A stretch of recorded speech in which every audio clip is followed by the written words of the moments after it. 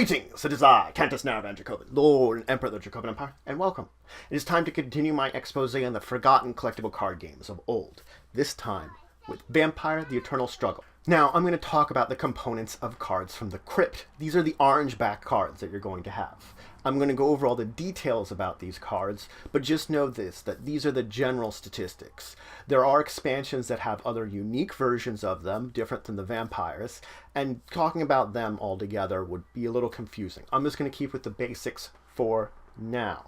There are information you can find online talking about each of these. I will leave a link for some of the places you can find information if you have one of these more unique cards. Regardless, let's talk about the basic vampire. It's first going to have a name. The name is going to be important because, though you can have any number of copy of a vampire within your crypt, there can only be one of a unique named vampire out in play. This is regardless of all players. This doesn't mean that another player can't attempt to control this vampire from you. It's just that there can only be one revealed out in play at a time. Now, the circle in the bottom right of the card represents your vampire's basically blood pool. What blood capacity? This represents a few things. First of all, it represents the number of influence you need in order to control it. It also represents its capacity for using cards and healing itself over the course of a game. The larger the number, the older the vampire, the more powerful it's supposed to be. The smaller the number, the younger the vampire. I'm going to be putting counters on it as it's in my uncontrolled area, effectively beginning to build up my influence on it. Any excess of whatever this capacity would go to this vampire, it goes to the blood bank, it's lost. Now, as soon as my influence is equivalent to its capacity, then I flip it over and put it into my ready area. I've gotten it under my control effectively, ready to work for me. Now, in the upper left corner is, of course, your clan. Now, this is important. There are certain cards within the library that require you to have a certain clan for your vampire in order to play it.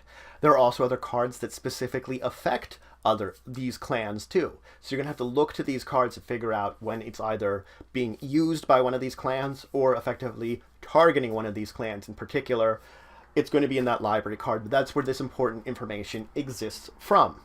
Traditionally, most clans are divided into sects, well, I'll talk about a little later. Now, below there, on the bottom left, is your vampire's disciplines. These squares and diamonds represent supernatural powers that your vampire has. Square is basically the basic level of this discipline. Diamond is the more advanced level.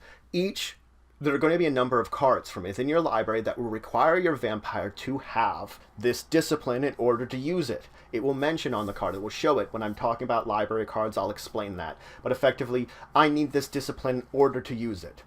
Now, if a discipline has more than one usage of it, basically, it's going to be in normal text if it's going to be the square. There will be bold-faced text that will tell you what abilities the card gives you if it can use the diamond level. Basically, the square level is a basic level. You can only use the basic level powers. Diamond, you could use basic or advanced level powers. And as I said, if a card has both of them, normal and bold-faced text, or it will just basically show you that it's going to be bold-faced text on its own. Then you have to look to what disciplines your appropriate vampire has for that vampire to use the card. Now, there are some library cards that have more than one symbol on it. It will let you know if this means I need one or the other discipline. Both of these disciplines will work.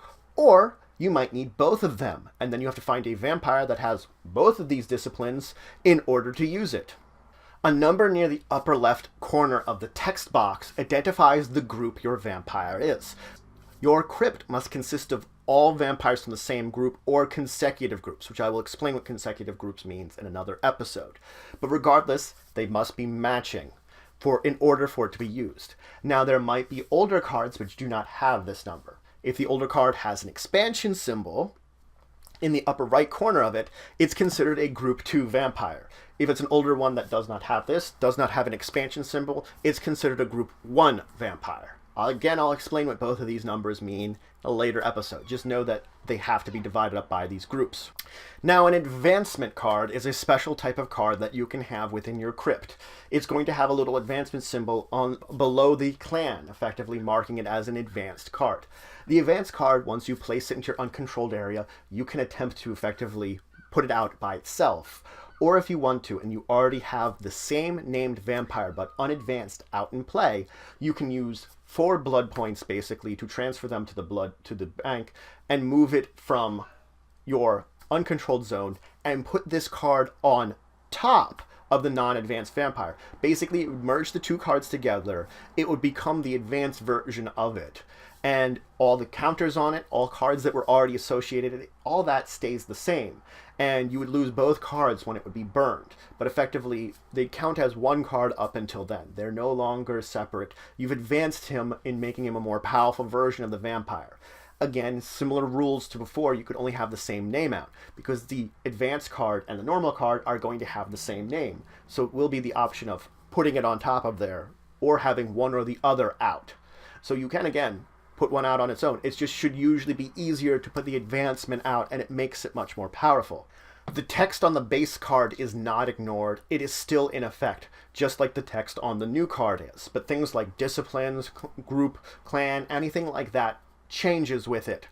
Also blood capacity. So only the text remains from the base card as something that you're going to have in effect. So that's it for today.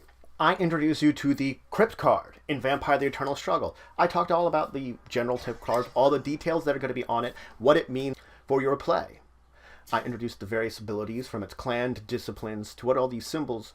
I'm not going to really go over what all the discipline symbols mean or the clan symbols mean. Just know that they represent different disciplines, different clans, different supernatural abilities, different groups. There are a lot of different groups, and you might have library cards that pertain to this group, and that's why you're going to have it. But regardless, if you have questions, comments, anything you say, anything you think I left out, please leave in the comments below. Please like, share, and subscribe. It's just for the channel, the empire, the work I do. If you want to show some extra support, you can always check out my Patreon, link to the description below. But regardless, until the next time, I bid you farewell.